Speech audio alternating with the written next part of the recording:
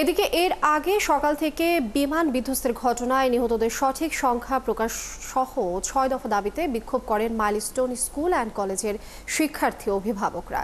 সেখানে পরিদর্শনে এসে তোপের মুখে পড়েছেন আইন উপদেষ্টা আসিফ নজরুল, শিক্ষা উপদেষ্টা CR আবরার সহ প্রেস সচিব শফিকুল আলম। পূর্ব নির্ধারিত কর্মসূচির অংশ হিসেবে সকাল থেকেই সেখানে জমায়েত শিক্ষার্থী অভিভাবকরা মুহূর্তে মিছিল আর প্রতিবাদে মুখর হয়ে ওঠে চারপাশ। একদিন আগেই কলেজ ক্যাম্পাসে বিমান বিধ্বস্ত হয়ে প্রাণহানি ও আহতের ঘটনায় শোকাহত শিক্ষার্থীরা ৬ দফা দাবি জানান, যার মধ্যে প্রধান দাবি নিহতের সংখ্যা প্রকাশ করা। এছাড়া নিহতদের নাম ঠিকানা প্রকাশ, আহতদের নির্ভুল তালিকা, শিক্ষকদের সঙ্গে অসদাচরণের জন্য নিঃশর্ত ক্ষমা সহ ক্ষতিপূরণের দাবি জানান তারা।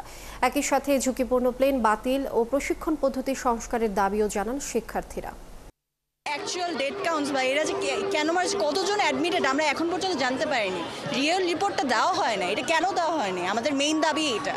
আমাদের কাছে কেন লাশের সংখ্যা লুকানো হচ্ছে? আমরা চাই যে লাশ নিয়ে যেন কোনো রাজনীতি না হয়, সঠিক তথ্যটা যেন আমরা পাই। সেনাবাহিনী আমাদের শিক্ষকদের গায়ে হাত তুলছে, স্টুডেন্টদের গায়ে হাত তুলছে। রাত 3টায় কলেজ ক্যাম্পাসে অ্যাম্বুলেন্স কেন? এটাতে কি কারো বাপের সম্পত্তি? জান কি কারো বাপে?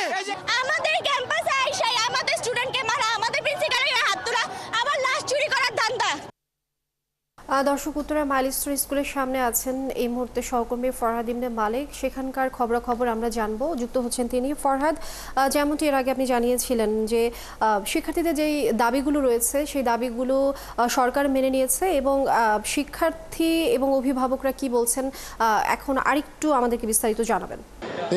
এই আমরা যদি বলতে চাই ঘন্টার হিসাবে তাহলে ৮ ঘন্টা যাবৎ দুই উপদেষ্টা এবং প্রধান উপদেষ্টা প্রেস সচিব তিনজনই মাইলস্টোন কলেজের ভেতর এখনো পর্যন্ত আটক রয়েছেন, অর্থাৎ তারা এখানে এখনো পর্যন্ত রয়েছেন, তারা বেরোতে পারছেন না।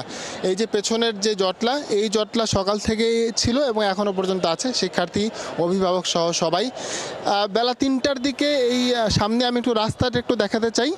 এই রাস্তাটা দিয়ে একেবারে এই মোড় পর্যন্ত এসেছিল শিক্ষা উপদেষ্টা সহ আইন উপদেষ্টাদের গাড়িটা এখানে এসেছিল, কিন্তু শিক্ষার্থীদের তোপের মুখে আবার এই গাড়ি আবার পেছনে ফিরে আবার আসলে কলেজের ভেতরে চলে যেতে হয়, অর্থাৎ বেরিয়ে যাবার সুযোগ খুব একটা এখনো পর্যন্ত দেখা যাচ্ছে না। শিক্ষার্থীরা যে দাবিগুলো জানিয়েছে ৬টা দাবির মধ্যে যেগুলোর মধ্যে রয়েছে যে নিহতদের সঠিক তথ্য প্রকাশ করা, নিহতের সংখ্যা প্রকাশ করা, বিমান এই ঘনবসতি এলাকায় প্রশিক্ষণ নিতে পারবে কিনা সহ যে ৬টা দাবি করা হয়েছিল সেই দাবিগুলো তারা জানিয়েছে। অভিভাবক, শিক্ষার্থী সহ প্রত্যক্ষদর্শী যারা রয়েছেন তারাই দাবিগুলো জানিয়েছেন এবং তারা বলছেন যে দ্রুততার সাথে এই দাবিগুলো তাদের মানতে হবে, পূরণ করতে হবে।